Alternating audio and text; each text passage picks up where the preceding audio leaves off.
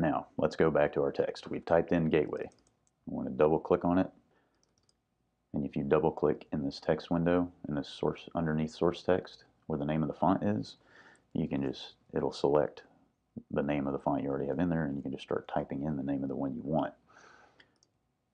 And when I do that, you see it changes it. Or you can click this little arrow right here, and you can just sort of scroll through all your fonts, however many you have.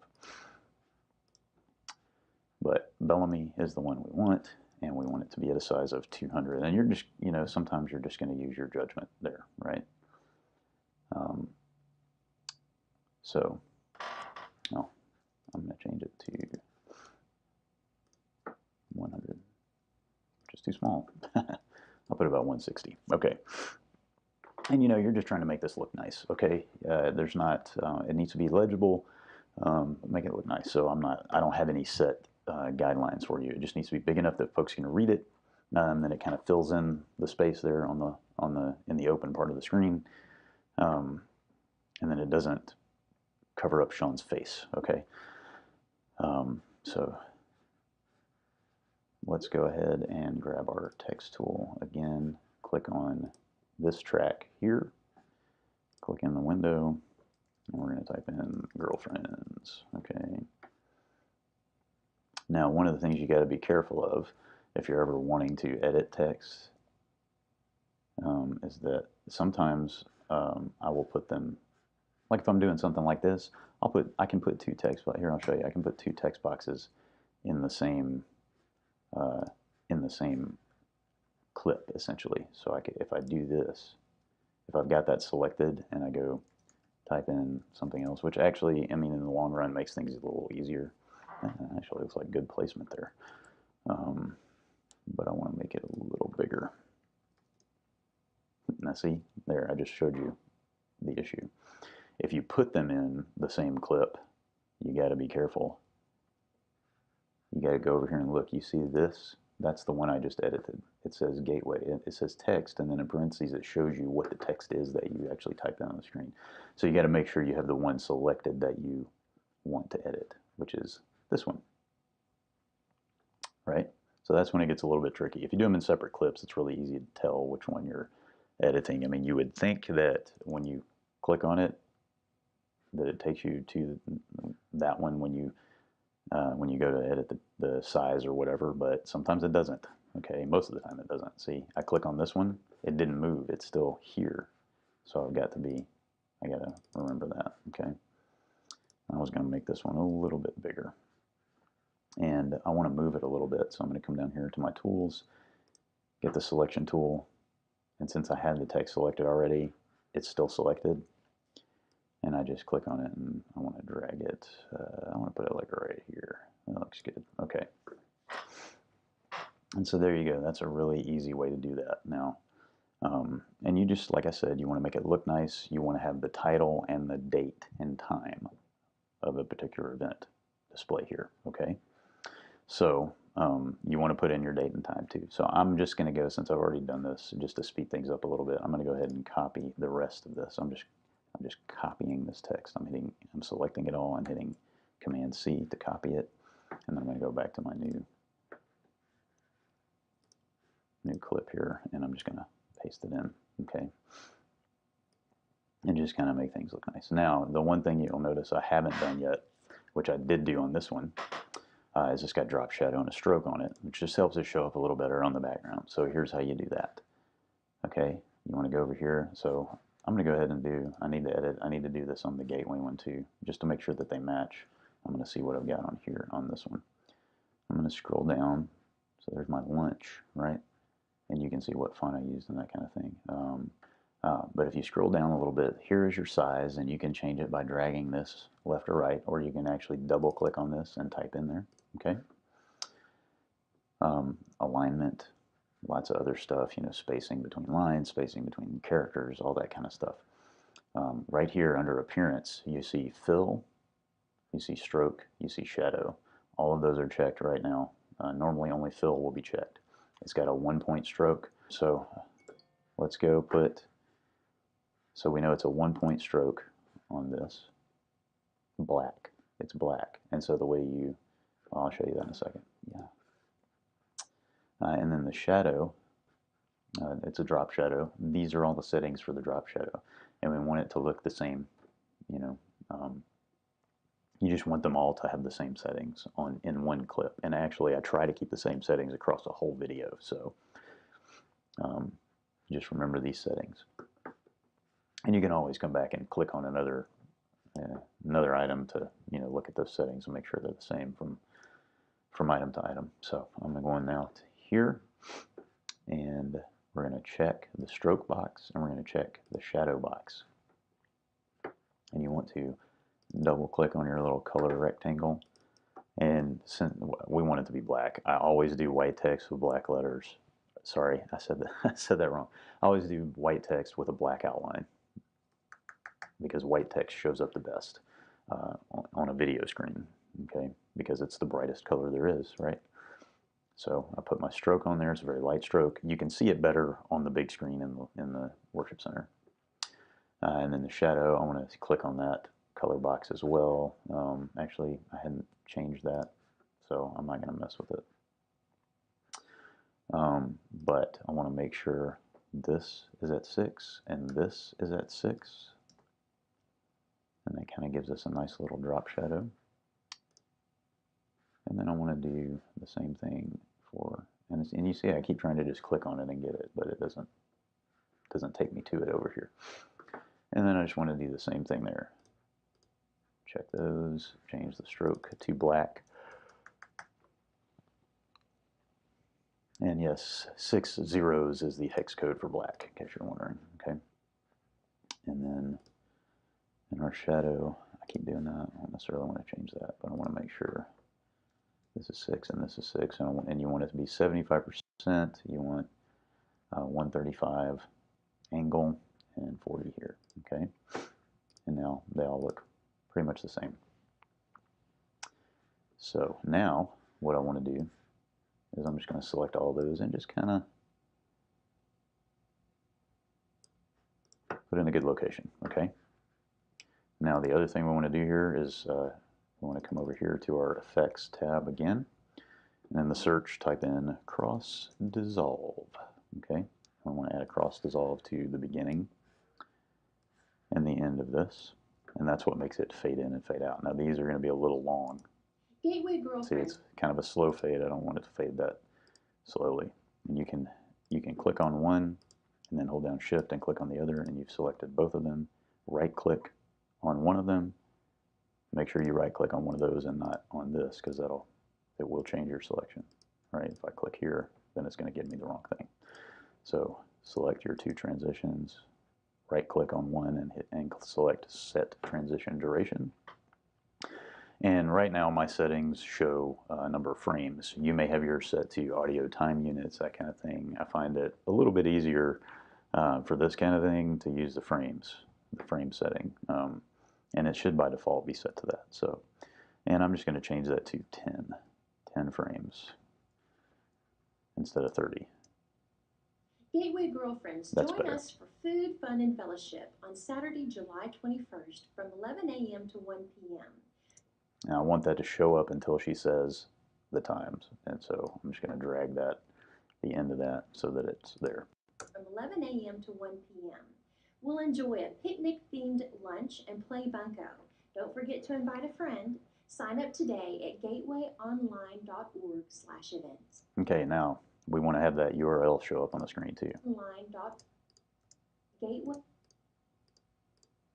today at and I want to try to time it exactly where she starts saying it. Today at sign up today at Okay, that's good enough. That's good enough. So now I've got my playhead where I want it. Now here's the cool thing about that. If you go to, we'll have to go here. We'll have to go back to this old announcement video. But if you do that, we use that URL for pretty much signing up for anything. So you can go find it and select it and copy it. Go back to your new sequence and go to where we have our playhead there. Click on this track and hit Command V to paste it, and it just pasted it in the wrong place. So I'm going to undo that and I'm going to deselect that. There's the other thing to do. if you copy something or paste a clip into your sequence, whatever you have selected here, that's where it's going to put it. So if it's a video clip or a graphic, it's going to put it into whichever one of these is selected, right? And if there's two, I guess it picks the lower one. And same thing with the audio. I don't actually know why all those are selected. I don't think I did that. But so I've got this one selected. That's where I want to paste it. So I hit Command V and it pastes it in right there where I want it. Sign up today at gatewayonline.org/events. And it's even in exactly the right spot where I want it. So.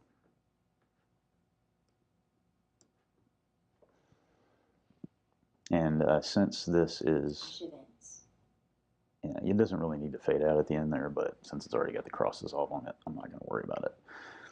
Now you don't, we may not need to put a transition on this one. I don't know yet. It depends on where we place it, okay? And let's just go back, double check. We got our vocal enhancer, we got everything ready to go. So I'm going to go ahead and group these, okay? Okay, so I want to put these in an order that allows for alternation of backgrounds and position of the host and the host themselves, because they're different. There's a different person in each clip. In this case, a lot of times there's just two people, so it's easier to alternate, or pretty easy to alternate either way, but most of the time there's just two people. But in this case, we have three different people. So we don't want Sean back to back, and we don't want the same background back to back, if we can help it. Sometimes we can't, and that's okay. I'll zoom out a little bit so I can see the whole sequence here. I'm going to move this over some. Don't know why that just moved down. I'm going to grab this one. Oh. Okay. Make sure when you do this, you select the transition too. We're going to group that. I'm going to move this one over just so I have, it's going to go at the beginning, but that gives me room to move other things around. So, group that. And that's all grouped. Okay, so I'm just going to put Sean at the beginning and the end, and just be careful when you're moving these around that you don't see how that transition at the top is going over the closing transition. We don't want that because that'll delete part of that. So just make sure nothing goes on top of anything else or it will delete it. Okay. And now we're going to grab Sean's clips and transition. We're going to drag them to the beginning. Okay. Now, here's how you position this in the right place. You've already got a transition no logo right here. You want to position this new clip right at the point where, or you want to position the new clip right at the point where the transition begins to disappear. So this is a layer. This clip has an alpha layer, which means it's transparent. Okay, it's got a transparent background so that you can put other clips and other layers beneath it, and you'll be able to see them as it's transitioning, as the graphic moves over. So if you use your right arrow key, you can actually advance your playhead one frame at a time. Okay, you're advancing it one frame at a time, and you can see how that transition just comes in and covers up the existing clip. Okay, and it moves out the same way.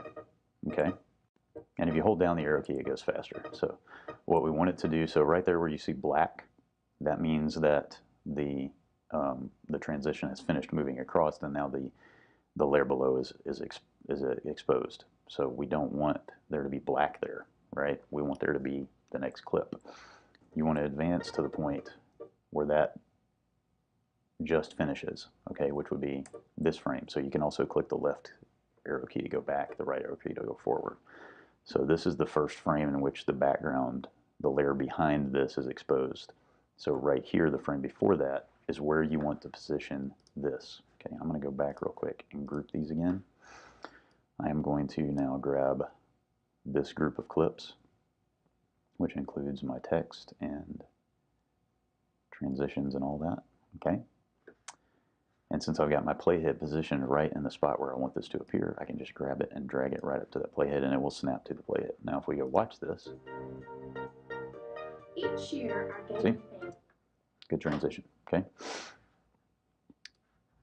And now in this case, we want these two things to go right next to this one.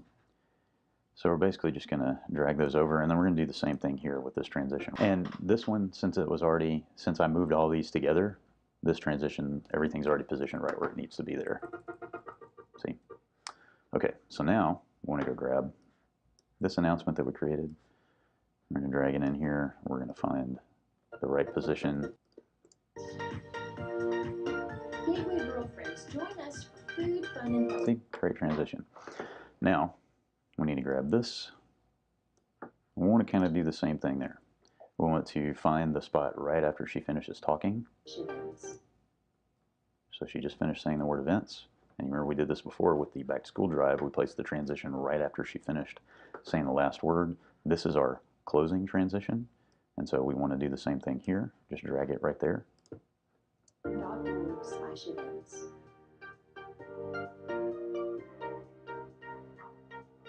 Okay. Now you notice the music's way too long, so we got to shorten it. And one of the things I'm going to do here is I'm going to right click on my time ruler. I'm going to switch it to audio time units because I want to give about 2 seconds of audio fading at the end. I'm not going to fade the audio here. I'm going to do that in Audition, but I want to leave only a couple of seconds of audio at the end, right? So you know, remember too that I've had to put 2 clips together. I'll talk about that in just a second because the video is long enough that it required that, because right after this the music ends. But I want to only give 2 seconds. So you'll notice that our fade is right at 2:10. So I'm going to position my playhead at 2:12 and drag that till it snaps to the playhead. So now I've got about 2 seconds of audio left at the end of that. And I'll leave 2 seconds of fade time just to make sure that it doesn't sound too abrupt when it fades out on Sunday morning. Okay, I'm going to go ahead and save my project here. So now our ending is ready to go. If you want to at this point, you can go back and just watch the whole thing and make sure that there's no hiccups, that you didn't mess up a transition or any of those kind of things. Okay, so I want to listen. I'm going to mute our voiceover here, and we're going to listen to this little transition right here. Now you notice there's a very stark break right there. But the one thing I tried to do, and hopefully you're a little musically inclined so you can hear where the beat is, but the one thing I tried to do is make sure that the beat stays consistent as the 2 clips transition. So I kind of chopped a little bit off at the beginning of this, and I chopped a little bit off the end of this. So if you listen to it and tap your foot along with the beat, it's pretty close. Pretty close. And that, honestly, it won't make a ton of difference if it's not perfect. But I feel like it helps the flow of the video if you can get the beat to kind of match up pretty closely. And it requires a little bit of practice and a little bit of just trimming stuff up. So like I said, I just trimmed a little bit off the end here. I trimmed a little bit off the beginning here and tried to place them in such a way that the beat felt pretty consistent. And we're going to cross dissolve those together. We're going to cross fade those together, but we'll do that in Audition because it's a little bit easier and works a little better. So once you've watched that and made sure everything is kind of in a good spot and you feel like you've got basically your completed video, it's time to edit the audio.